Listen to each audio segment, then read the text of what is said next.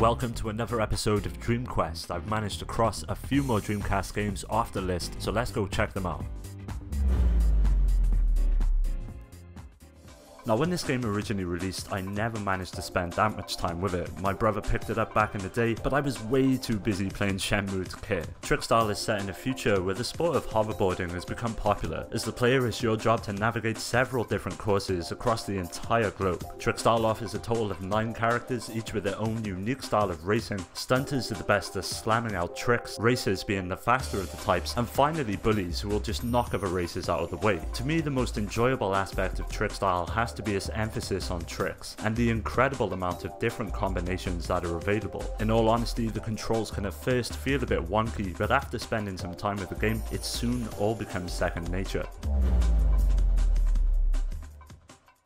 I've always had a soft spot for the Virtua Striker series. The incredibly fun pick up and play nature of the gameplay is something that always managed to resonate with me when growing up. Now, I must admit, I'm not really the biggest fan of serious football games, and to be honest, there is probably a better game on the system that offers a more authentic experience, but when it comes to just balls out fun, Virtua Striker 2 comes out on top. There is a lot on offer here, an incredible amount of teams, 7 different modes, and a ton of unlockable content. You really can't go wrong with this game, especially considering how cheap it is now. Gameplay wise, it's a very simple affair, essentially a 3-button setup that allows you to pass both short and long, as well as shoot and tackle. As you would expect from any game in the Virtua series, there is a surprising amount of depth to the gameplay, which rewards those who are willing to take the time to learn and understand its unique setup.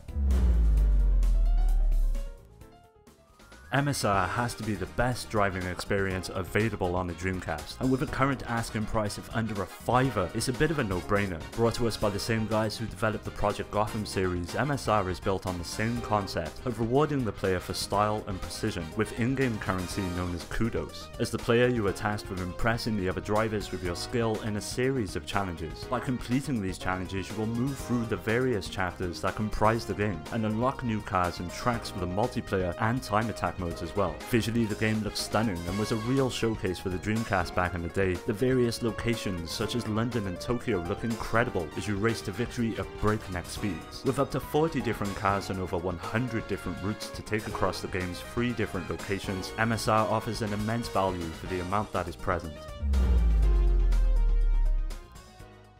Space Channel 5 is the Dreamcast at its creative best. Essentially a beat rhythm game, Space Channel 5 sees you filling the shoes of a news reporter sent to investigate a series of alien kidnappings. The gameplay requires you to mimic the movements of enemies' routines that vary in difficulty as the game progresses. Successful moves increase your channel's rating, whilst mistakes result in losing hearts that can ultimately force you to restart the level upon depletion. The game includes a huge cast of characters and even manages to cast your boy Michael Jackson as Space Jackson, who makes an appearance toward the end of the campaign. All in all, Space Channel 5 is a great release, and for its current asking price, a worthy addition to your collection as well.